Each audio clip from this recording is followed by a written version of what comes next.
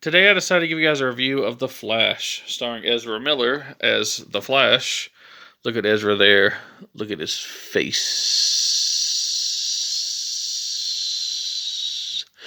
It also stars Ben Affleck as Batman, Gal Gadot briefly as Wonder Woman. It also stars Michael Keaton as Batman and Sasha Calle, I hope I'm not messing that name up, as Supergirl.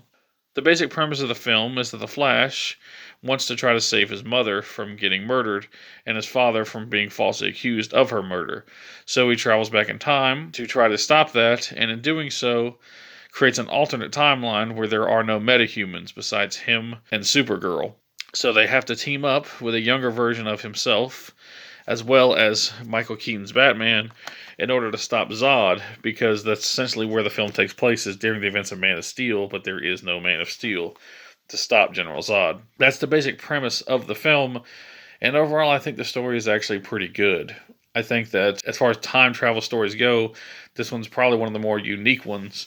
It does obviously take a lot of inspiration from other movies like Back to the Future and such, but I think it does a pretty good job at that. So what did I think about the film overall? Well, we'll start with the positives. First and foremost, I think that Ezra Miller does a good job as the Flash, both versions. Michael Keaton is magnificent as Batman, and it's pretty much the reason I went to go see this movie, and he does not disappoint. And Sasha Calle does a good job playing Supergirl. She's the second actress to play Supergirl after Helen Slater in this original movie here, and she really does do a damn good job. Also, something good about the film are the two Flashes effects. What I mean by that is there's a young Flash and an older Flash in this movie, well, a current Flash and a younger Flash, and they're on screen in several scenes together, and it is perfectly blended. You can't tell if it's composited or if there's CGI used. It just looks like they had a twin of Ezra Miller, and they just did all the scenes together. It really does work. Also, another good thing about the film is that there's actually a lot of good emotional scenes, especially towards the end. I found myself almost tearing up a little bit at the end of the movie, I hate to admit, but it actually does hit you in that emotional spot, and that's actually something that you don't see in a lot of superhero films, especially these days. Also, the action in the film is pretty damn good. There's not a ton of it. There's like a bit of a slower element in the second act when they're trying to get the team together, but the action that is in the film hits on pretty much all cylinders,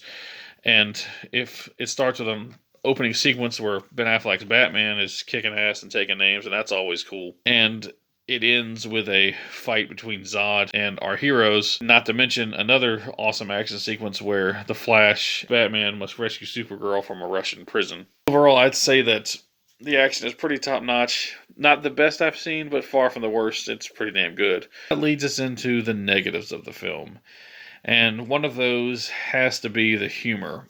There are some cringy-ass humor scenes in this film, including one, and I'm going to explain it to you now the best that I can. The Flash must save a bunch of babies who are falling out of a hospital window. Him and Batman are working together in this opening sequence, and the Flash is running low on energy because he hasn't eaten yet. The Flash has to eat large amounts of food to keep up his calories so he can run as fast as he can. So, a bunch of babies fall out of a collapsing hospital wing, and the Flash goofily runs up a building while eating snacks and silly music plays as he catches really bad-looking CGI babies and lines them up, putting one in the microwave, which he eats a burrito out of, and lands them all onto a hospital bed, including catching a nurse and a rescue dog. It is cringy, it is dumb, and I remember sitting in the theater thinking to myself, by God, if this is the tone of this movie, I'm just going to walk out. Thankfully, it's the worst part of the movie, and it's early on in the movie, but it's not the only sense of bad humor. There's also another scene where the younger Flash begins to run at top speed, burns his clothes off, and in doing so is butt-ass naked, and has to use a tambourine, which fell out of a music truck, to cover up his, privates, all while goofy instruments are playing in the background because they're slamming onto the road because he ran into a music truck. Yeah, it's pretty bad. But thankfully, it's the only two sequences in the movie like that, and though they are cringe as hell, and I will definitely be fast-forwarding through them if I buy this movie, which I probably will, apart from those two sequences, there's thankfully not much more cringy humor, only a couple bad jokes here and there. On another negative note, I think the film has a dour ending. Basically, it's hopeless and they're never going to win. It kind of reminded me of the ending of Avengers, where Doctor Strange told Tony that there's only one 1 in a billion chance that they'll beat Thanos. Well, that's basically what you get at the end of this movie, only they have no chance of winning. Kind of a dour ending, but they do explain it, and essentially it leads to the end of the film that we get.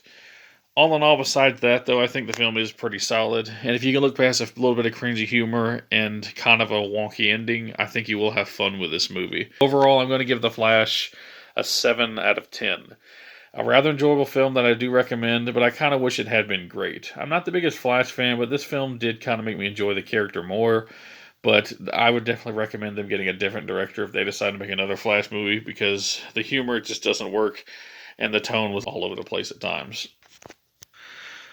So now that you got my review, I'm going to talk a little bit about the ending and why I didn't love how it was played out. So, spoilers from this point on. The film basically takes place during the events of Man of Steel. And so at the end of the movie, you have 2 Flashes, as well as Michael Keaton's Batman and Supergirl, all teaming up to fight Zod. Basically during the events of Man of Steel, because there is no Man of Steel in this universe. No Superman. So in doing so, they fight valiantly against Zod, but pretty much Michael Keaton's Batman and Supergirl both get killed. So the younger Flash decides to time travel to the beginning of the fight, and Barry tries to stop him, but he can't, and the fight starts over, and everyone ends up getting killed again. Older Barry realizes it's a lost cause, and that the only way to really stop this is to have let his mother die. Because he does save his mother from getting killed, because he's able to make his father stay at home and not go back to the grocery store because she needed a can of tomatoes. So at the beginning of the film, he puts a can of tomatoes in her buggy so that the father will stay home. The person who killed his mother won't be there. It works, and he does save his mother, but he ends up screwing up the timeline, and there's no metahumans. Kind of weird how a can of tomatoes does that, but it is explained that if you change something in the past, you also mess up the past and the future, going farther back and farther forward. It's explained in an interesting way. So younger Flash, at the end of the fight, basically can't handle the fact that they're going to lose and that his mother has to die in order to save everyone. So he goes back in time millions of times to change the outcome of the fight, and it never works. What emerges, though, is an elderly, decrepit, and evil Flash who's covered in Kryptonian armor chunks because he keeps getting chunks of Kryptonian armor lodged in him during the fight. And the younger version of Flash basically sacrifices himself to destroy this older, evil Flash, who essentially is the younger Flash. But it makes sense once you see the movie. It's hard to explain.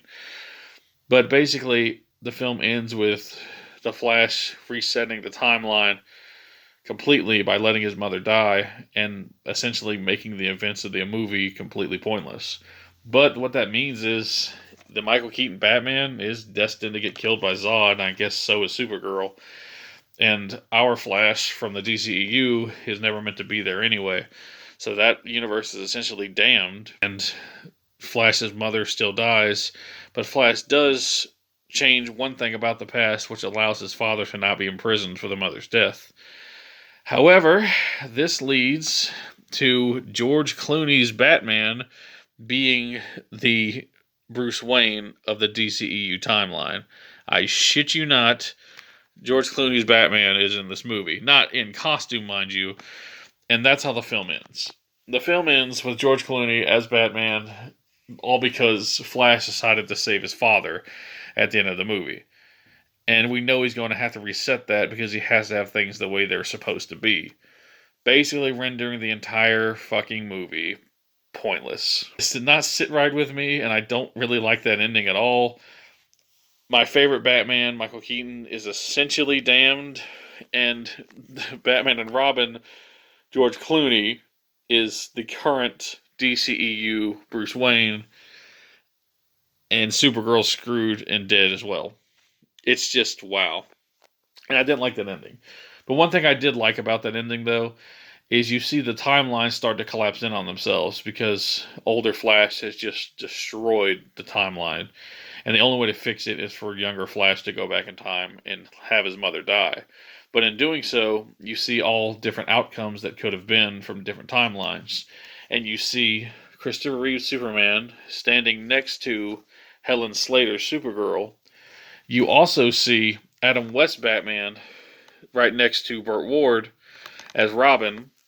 And you also get to see Nicolas Cage. Yes, Nicolas fucking Cage as Superman fighting a giant spider from the Superman Lives movie that we never got. It's actually a pretty dope ass ending. I didn't like the final result of the movie being pointless, but that was a cool ass sequence. But apart from that, I'd have to say I do enjoy the film. I think the ending kind of renders the movie pointless, but overall I did have a good time. I'm sorry about my long rant in this spoiler section, but this is just for the spoilers, and if someone just wants to review, it's in the first half of this video. So ultimately, that's my review of the movie. I think it's a good time, barring a little bit of cringe humor and some odd CGI here and there, especially the CGI babies, which are just really weird. But ultimately, I did have a good time. But the director must have been proud of the CGI baby sequence, because the credits is just a goofy sequence of them falling through the air as as puppies, and like kids' toys that were the maternity ward fall along with them as the credits roll. Just really weird. I don't know what the director's obsession is with that scene, but it's the worst part of the movie. But I don't know. Just, it is what it is. Overall, I do give The Flash a 7 out of 10. I do recommend it, but just expect some cringe humor and expect an ending that kind of renders the movie pointless. Thanks for watching. That's my review, and peace out.